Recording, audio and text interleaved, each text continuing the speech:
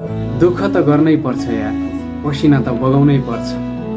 हातमा ठेला र पैतलाको छाला नउकिन्जेलसम्म मेहनत त गर्नै पर्छ। जिन्दगी जिउँदै गर्दा कठिनाइहरू आउँछन्। समय र परिस्थिति सँगसँगै बाध्यता र आवश्यकताहरू पनि आउँछन्। बेला बेलामा जिन्दगीले रुवाइरहन्छ, दुःख दिइरहन्छ। भनिन्छ नि, आँखाबाट आँसु नबगाएसम्म प्याज त काटिँदैन भने। यो त एउटा जिन्दगी हो। बेला बेलामा दुःख नपाएसम्म, कठिनाइ नझेलेसम्म, बाध्यता र आवश्यकताको सामना नगरेसम्म यति सजिलै जिन्दगी कसरी कट्न सक्छ? भोलि सफलता पाउनु छ भने त्यो सफलताका लागि आज परित्याग त गर्नै पर्छ। सफलता त्यति सजिलै र कठिनाइ नभोगेसम्म कसैलाई पनि मिलेको छैन। आज पनि इतिहास पल्टाएर हेर्ने हो भने सफल भएका मान्छे अर्थात् सफलता हासिल गरेका मान्छेले कुनै न कुनै बेला खाना नखाएर भोको पेट पनि मेहनत गरेका थिए। घाम असिना पसिना केही पनि नभनेर दुःख गरेका थिए अनि मात्र सफलता हातमा आएको थियो।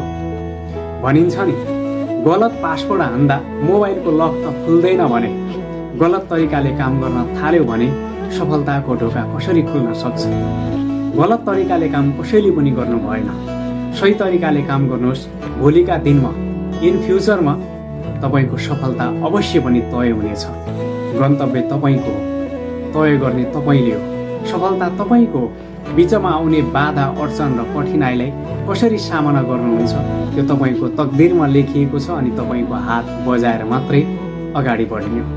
यस्तै मोटिभेसन भिडियोको लागि मलाई फलो गर्न नबिर्सिनु होला र डिमोटिभेट भएका साथीहरूलाई मोटिभेट गर्नका लागि मैले युट्युब च्यानल पनि खोलेको छु। बेला बेलामा भन्दै आएको छु।